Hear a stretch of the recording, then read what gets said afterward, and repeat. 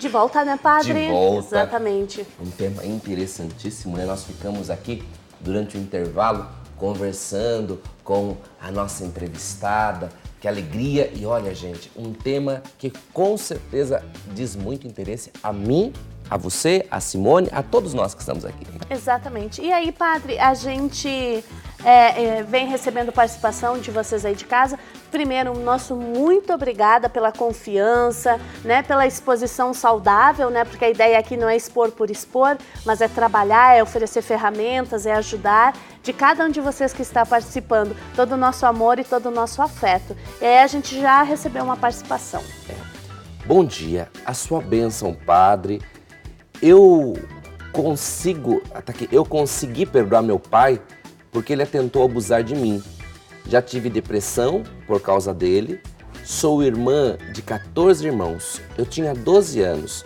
Pede para Deus me libertar disso. Certamente eu não consigo perdoar meu pai, né? Eu não consigo perdoar meu pai porque ele abusou de mim.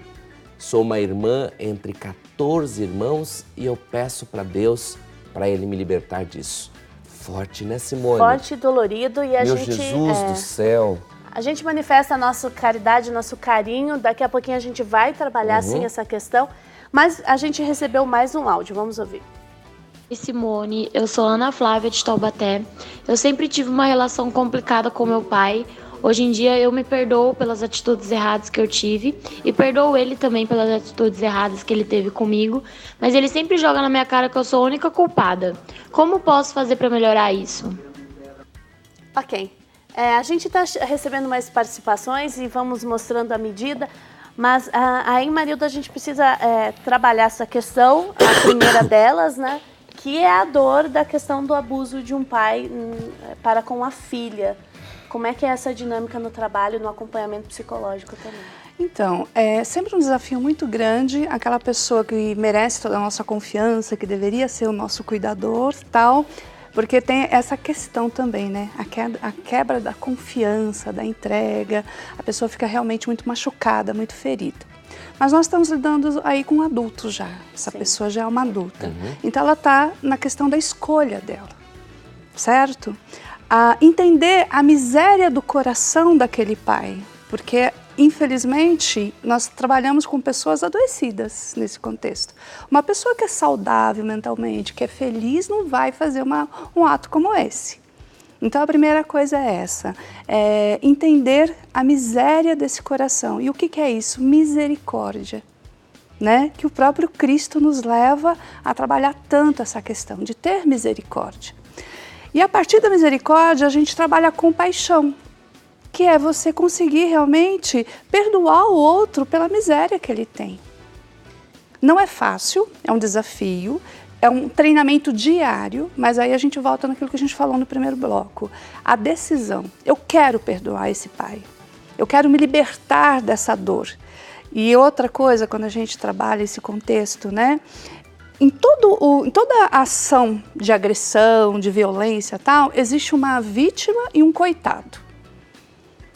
E aí eu faço uma analogia à cruz de Cristo. Jesus na cruz, ele era vítima ou ele era coitado? Os soldados que ali estavam crucificando, eles eram vítimas ou eram coitados? Então, o coitado é o agressor, é o algoz. A vítima, não. E se o Senhor foi capaz de perdoar e pedir perdão ao Pai por todos aqueles que não sabiam o que estavam fazendo, o que ele teve? Ele teve misericórdia, compaixão da miséria daqueles corações.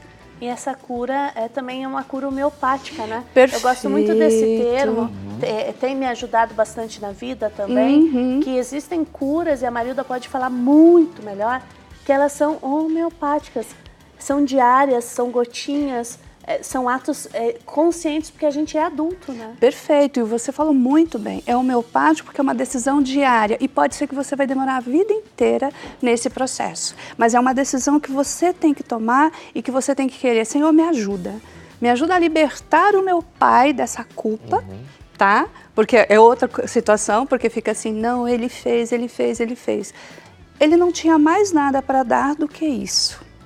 É muito triste a gente entender uma pessoa que não consegue dar mais do que uma agressão.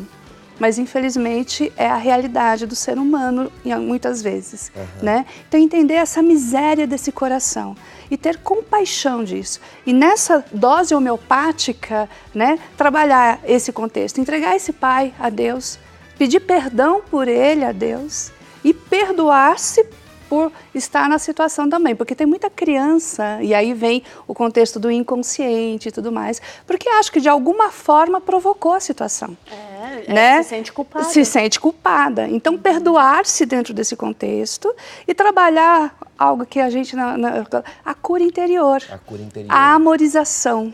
Trabalhar com amor esse contexto. E é um desafio muito grande, porque você vai trabalhar uma situação de muita dor, de muito sofrimento, de muita violência, com amor. É uma decisão diária. Vítima e coitado, é uma coisa que eu aprendi hoje e vou levar. É muito interessante. Mas não isso. é, padre? Isso eu tenho como uma inspiração divina. Porque quando você pega uma pessoa tão machucada como uma situação como essa, você pode ter todos os conhecimentos técnicos, mas se não é Deus agindo na nossa fala, na nossa mente, para nos ajudar a ajudar esse irmão, fica complicado. Porque às vezes a teoria não chega. Exatamente. E aí quando a gente diz, né, de um profissional também que busca um alicerce na sua fé, no nosso caso aqui em específico cristão, no fundo é isso também alimenta a gente, né? Deus supera a minha inteligência. Com certeza. Deus supera os meus estudos. Então ele também vai agir com a sua sabedoria para me dar a palavra certa, né, padre? Exato, porque a vontade de Deus é o perdão. Então a graça de Deus, ela operará. Né? Exatamente. Eu achei fantástico, sabe, Simone? A leveza que a Marilda tratou esse tema. Porque quando chegou a mensagem aqui, eu fiquei pensando, falei, puxa vida, meu Deus, como que nós vamos abordar? E você tratou esse tema de dar o perdão a esse pai, como se o perdão que essa pessoa fosse dar fosse para algo muito mais simples. E daí eu percebo uma coisa. Quando a gente coloca a amorização, o perdão pode ser dado para qualquer situação, né? E a gente não está relativizando. O processo é o mesmo. A gente está dizendo que o processo de cura não precisa ser tão agressivo quanto foi o ato, né, Maria? Perfeito, sem dúvida nenhuma. E aí vem o contexto dessa libertação, né? Porque a nossa mente, ela é um instrumento de amor de Deus. E quando a gente aprende a trabalhar com ela, com esse foco desse amor, fica mais fácil. E o que você falou das doses homeopáticas, é uma decisão diária. Então, acorda de manhã, pode ter um pensamento ruim, né? Nessa situação de, eu sou assim porque o meu pai fez isso comigo. Não, você é assim porque talvez você esteja trabalhando de uma forma inadequada para conseguir o seu desejo. Porque o que o seu pai fez com você está lá atrás. Então, lá atrás ficou. Vamos ressignificar isso. Se você chegou até aqui, você também teve todo um processo de coisas boas, não é verdade? Teve outras experiências Sem positivas. dúvida. Então, vamos focar o nosso pensamento nessas experiências positivas. A gente está com o nosso tempo e sabe como ele corre, mas eu gostaria de trazer mais um elemento que a nossa diretora falou para mim, que nós usamos um pontinho mágico aqui, e a nossa diretora Bruna de vez em quando dá uma ajuda, e ela disse o seguinte, que chegou aqui no nosso WhatsApp, como é que eu posso perdoar uma pessoa que me magoa constantemente? Talvez, marido, eu gostaria de dar um pitaco aí. Essa relação não está saudável, porque é impossível você se relacionar com uma criatura que te magoa toda hora. Tem alguma coisa aí para ser olhada. E aí, você podia trabalhar isso com a gente, junto com aquela mensagem, né? áudio que chegou da menina, da Ana Flávia, dizendo, o meu pai toda hora diz que a culpa é toda minha. E aí? Então, resultado, né? A gente tem o resultado desse relacionamento aí adoecido, né? E o resultado do pai sempre falar que a culpa é dela. Todos os nossos resultados, a gente tem um comportamento que auxilia nesse resultado, que faz parte desse resultado, concorda? E esses pensamentos são originados nos nossos sentimentos. E os nossos sentimentos são originados nos pensamentos. E os pensamentos na nossa percepção de mundo. Então, o que eu quero chamar a atenção para essas duas perguntas, para essas duas pessoas? Qual é a percepção de mundo de cada uma delas que gera um processo mental, que gera um sentimento, que gera um comportamento que traz esse resultado? Por que você está num relacionamento onde essa pessoa te magoa sempre? Qual é a tua dívida com ela? Eu te proponho realmente uma reflexão. Porque se uma pessoa ultrapassa o limite com você, quem permite a ultrapassagem desse limite é você. Certo? Então nós precisamos entender isso. Se você me magoa é porque eu me permito ser magoada. Você tem o seu jeito de ser e eu tenho que respeitar isso. Agora, se eu fico tão próxima a você, vamos um colega de trabalho, vamos nem pegar no contexto familiar. Então nós temos um relacionamento de trabalho onde a gente tem ali o meu espaço e o teu espaço, a minha obrigação e a tua obrigação. Então a gente vai trabalhar um contexto onde cada um possa ser a sua melhor versão. Mas a gente não precisa ser amigos. As pessoas têm essa noção, né, de que a gente precisa sempre ter um melhor relacionamento possível, principalmente no contexto cristão, padre, que a gente tem que amar todo mundo. Amar não quer dizer tolerar agressividade, tolerar essa invasão. Falta de respeito também. Mas é justamente, então eu convido a essa reflexão. Qual é a minha parte nesse relacionamento adoecido? E no contexto do pai aí que sempre acusa, certo? Se ela não se sente realmente responsável, se ela acredita que houve ali erros de ambas as partes, o que provavelmente aconteceu, que ela fique em paz. E ela não entenda essa fala do pai como uma agressividade, às vezes até uma autodefesa dele.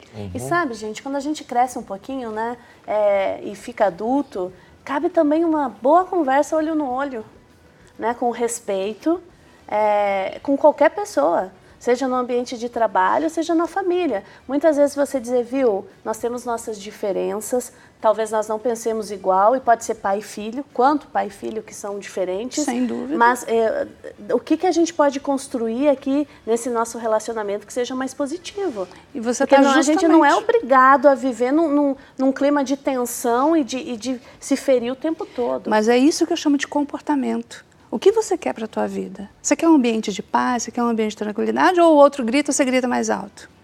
Não é verdade? Qual é a tua ação de transformação do ambiente que você vive?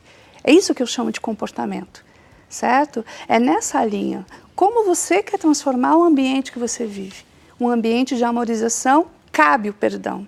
Só que a prática do perdão traz um ambiente de amorização. O perdão é um gatilho para a paz, para a tranquilidade, para a saúde física e emocional. Saúde física e emocional. Perfeito. Olha, uma das coisas que não deu tempo da gente falar, porque, como você disse, vai surgindo tantas perguntas, mas em uma palavra, a falta de perdão, de fato, adoece. Sem dúvida, padre. É só o senhor olhar o processo do estresse. O que é o estresse? A hipófise recebe uma informação dos nossos sentidos. Você está correndo perigo. Você está sendo ameaçado, alguma pessoa vai te ofender ou te magoar, alguma coisa assim.